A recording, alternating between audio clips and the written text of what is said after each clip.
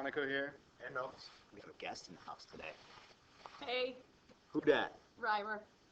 Hi, Reimer. Welcome to the show. Unit 3, periodic table. We're on our 4th video. We're talking about page 14 in our pack. And we're talking about the locations of metals, nonmetals, and metalloids on our super precious periodic table. So first we're going to start with metals. We will find the metals here. Everything that just highlighted in red. Make it flash. Yes. Shiny, flashy. Is a metal. Yep.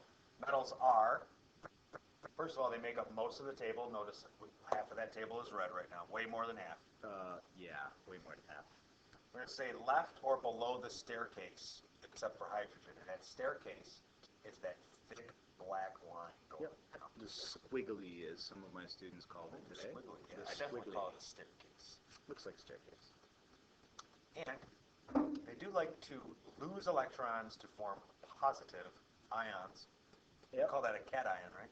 Cation has a positive charge for sure. Metals are shiny and silver as well. But we'll get into those properties later. Mr. Milks is flashing the nonmetals, and notice they're in the top right-ish corner of the periodic table. They're above the squiggly staircase.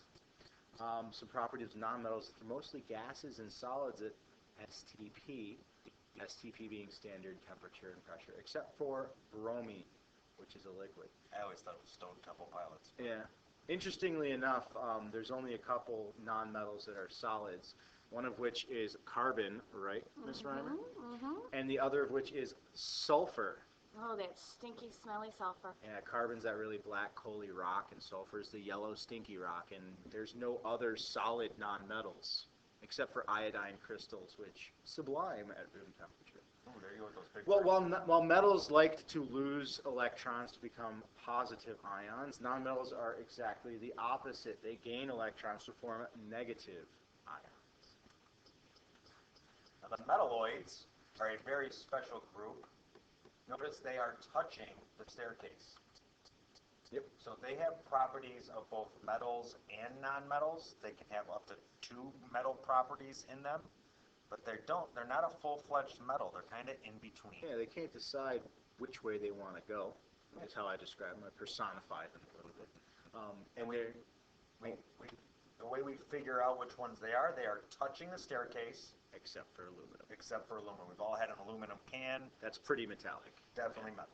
Metalloids are really important because they give us properties of silicon is used in microchips. So these are really important metalloids because they're useful in our technology these days. Absolutely. Let's see what else we got here. So that's really it. Metals, nonmetals, metalloids. You got to know where they're at. Yep. Got to be able to locate them.